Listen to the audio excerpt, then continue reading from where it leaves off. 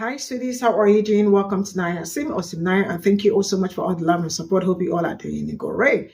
So, I will be telling us something, and this is more like a video that we all really need to see in order to enlighten our brain and at the same time make us understand that sometimes you do not take no for an answer, right? Because some certain things happen because some people actually believe the people they were talking with, and especially when it comes to your doctor, you are actually supposed to believe your doctor.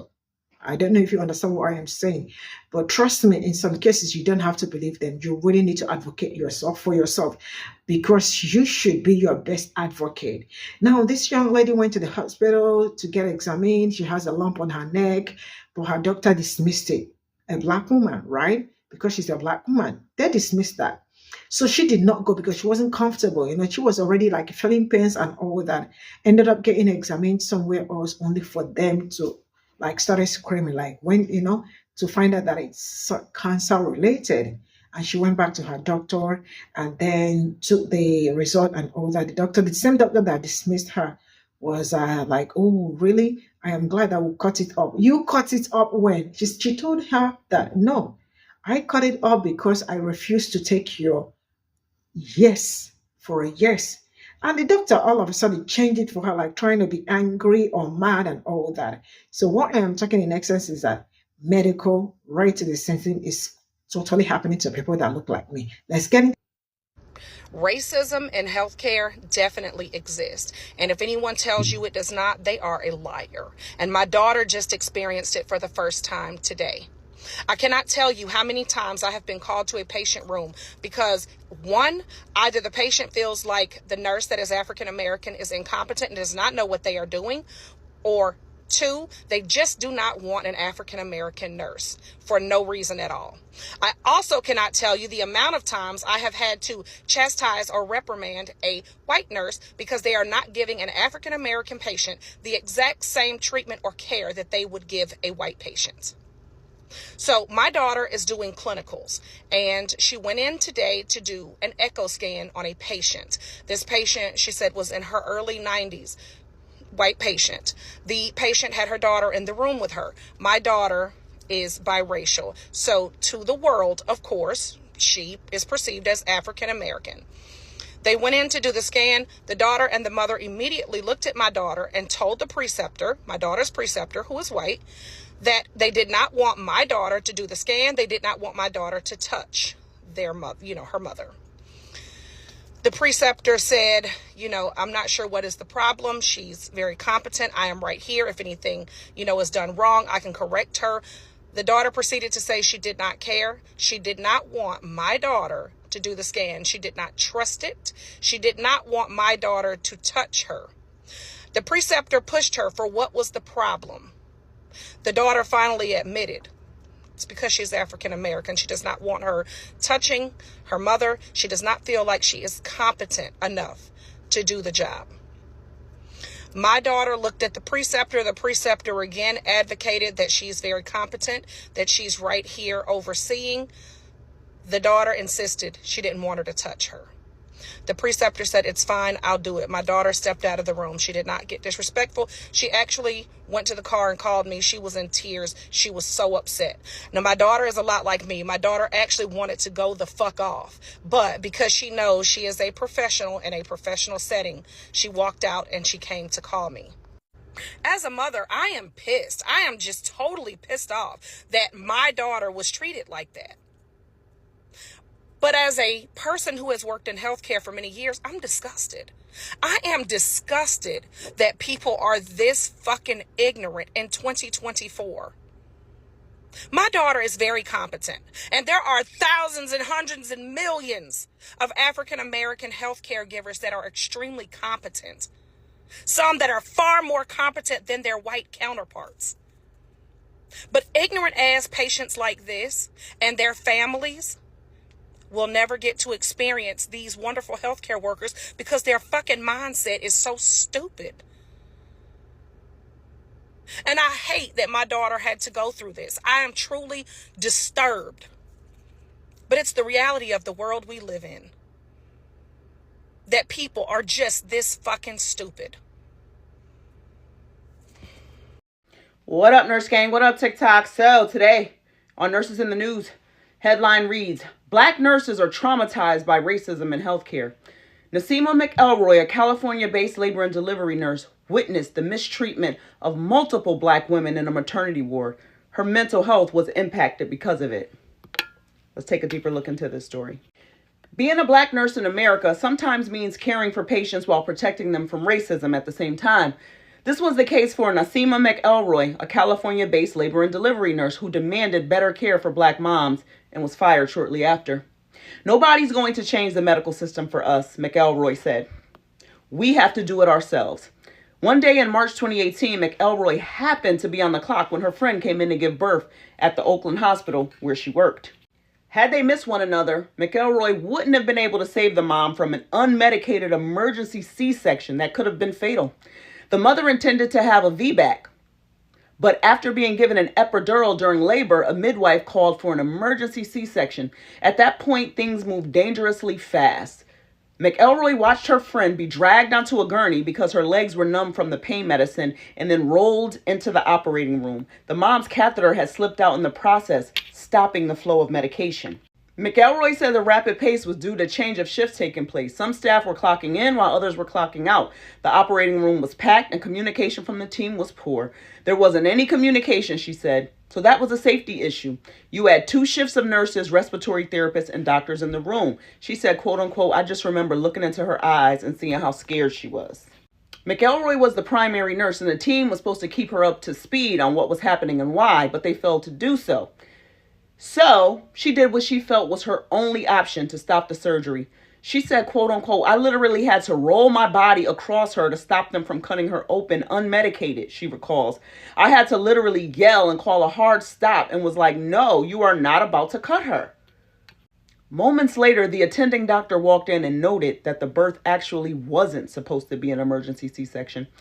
McElroy said her friend had no idea what was going on. She didn't know her epidural had got pulled out. She said, it was just like a state of confusion. I just remember looking into her eyes and seeing how scared she was.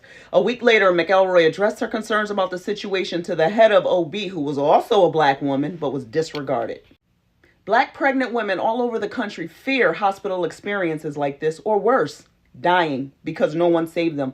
In 2018, Black women were dying from pregnancy-related complications at 2.5 times the rate of white women, and that remains the same to this day. After being dismissed, undertreated, violated, and ignored, Black mothers are leaving hospitals traumatized, if they make it out alive. But sometimes those who witness the neglect of Black women in hospitals are impacted too. Just a few weeks after supporting her friend, McElroy said she had to advocate for another pregnant woman whose pain was dismissed during labor. After witnessing both patients escape potentially fatal complications, she broke down mentally. She said, quote unquote, I'm in the parking lot on my way to work every day crying like this can't be life. Her job referred her to a therapist who told her she needed to take time off because she was traumatized, but that never happened. Her employer denied her time off, so she called out sick. And then she was later terminated for being, quote unquote, absent. She filed a lawsuit and settled in 2020. McElroy may have been among the first nurses to gain national attention for her story, but many share her experiences. In a survey conducted by the National Commission to Address Racism in Nursing, 92% of Black nurses reported experiencing racism on the job. The nurse went on to report that racist acts came from different parties, 70% from leaders, 66% from peers, and 68% from patients. McElroy said, the reality is we've got racism in nursing, and it's doing harm to nurses of color. I have had a really weird relationship with doctors ever since I found a giant lump in my throat, and the doctor told me it was probably nothing, and it turns out it was something. Black women have a history of not being treated properly or equally at the doctor.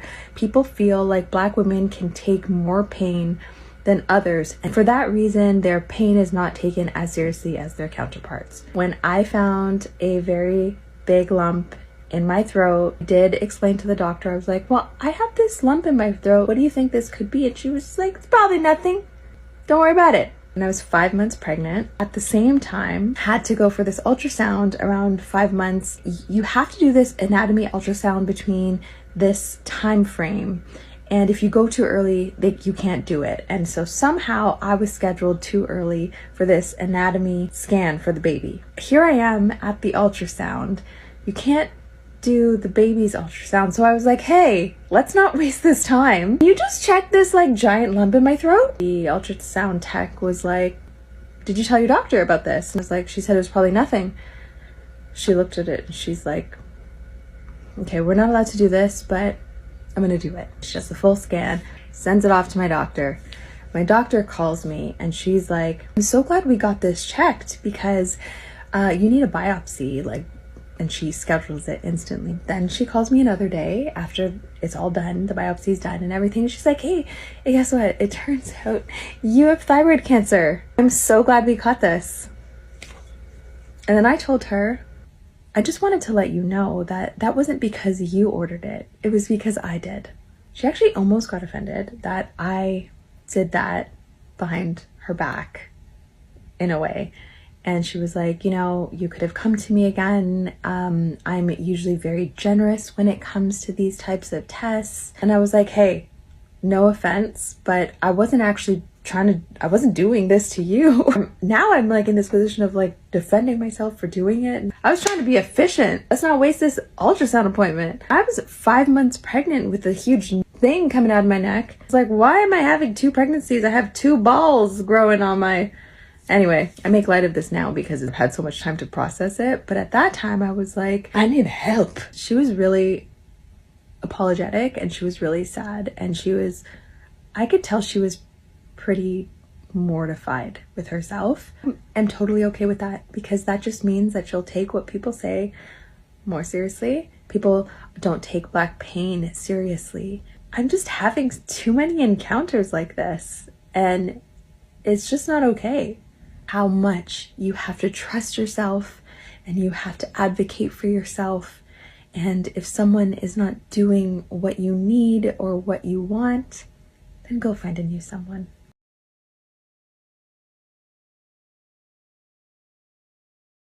So this is all I got from this video, and I am not sure all these are new to Black people because it has really been their day-to-day experience, or because why would I don't know, but this is like negligence 101. I mean, how do you have a lump or something and your doctor is telling you it's nothing and then finding out that it's something that got connected with cancer? I mean, you could sue them for that because that is negligent and very dangerous too. Now, I love the fact that Black women or Black people in general are more careful and being very vigilant and the rest of it, because if it were someone that is not enlightened about this medical rights decision, she probably would go back home saying there is nothing wrong with it. And this may have happened to not just to a lot of people, and this may have also caused some people's untimely departure, right? Because when you probably think you are talking with somebody, like when they assure you like it's nothing, you just have to go home, and you probably go home and that is the end. So if she did not go somewhere else, it would like spread all over. And she is having the mind, like doctor said, it's nothing. That's why it's really very good to like also trust your instinct and be very proactive, because knowing them is knowing that they can do and undo. And then understanding them will make you not to believe some certain things, right? And you can hear all their experiences. These are not the same people, different people. And these are just recent videos because I have probably done so many medical rights decisions that has been happening to people that look like me and the rest of it. Is it stopping? It's not stopping. To them, they believe that people that look like me do not, feel pains and all that. You can imagine wanting to cut somebody open without epidural when the person already requested for epidural or something. That tells you that some people can really really, that it's very weird. But I don't think I am surprised because this is actually, it's in kind of devastating, like, getting to hear something like this over and over, knowing fully well that they are still happening. It's not like you heard it before and you've not heard it again, like continuously. It's in kind of, I don't know, it really sucks. And knowing fully well that people that look like me are mostly the people that go through all these experiences. Now let's get into some certain things, like, some pop-colored people are very quick to, like, tell Black people that their experiences are not valid, or it's been a long time you experienced something like this, or get over it and all that. Or the people that tell you that I am an ally and the rest of it, but you rarely will hear them speak on the things that are affecting my community, right? You definitely will not hear them. But I remember during Bear Man and Bear, right? That they came out when Black women said that they were going to choose white men over white women. They got so scared. They got very, very mad and started demonetizing a lot of people. That tells you how amazing they could also be. Even your ally, because I really do not believe them anymore. And I do not also believe in ally because they are full of a lot of bullshit. I don't believe them anymore. But you rarely will hear them come out to advocate on things like this: medical apartheid, medical racism, and all that, or talk about police brutality that is affecting our community. Rather, they will rather talk over you, and make you feel like, you are insane. When people make you feel like you don't know what you are saying when you know what you are saying. That reminds me about a video that I brought here, I think yesterday, or whenever, I don't know, but probably this week or yesterday. A young lady that was telling them that she is being hunted, or people that look like me are being hunted in Alabama University. Like, they hushed her down. No, they did not want her to speak. That was the end of her speaking. She was actually sad because you could hear it from her voice. And then the last thing she said was like, "It's because you all do not experience that. You don't know what it feels like. That's why each time I say some certain things, you all are so quick to hush me up, to tell me to shut up. Sometimes you all can learn to listen and stop talking over life experiences, because all these things, majority of they are happening. It's not like majority, they are happening. And to this very moment, still happening. See you all in my next video. Bye for now."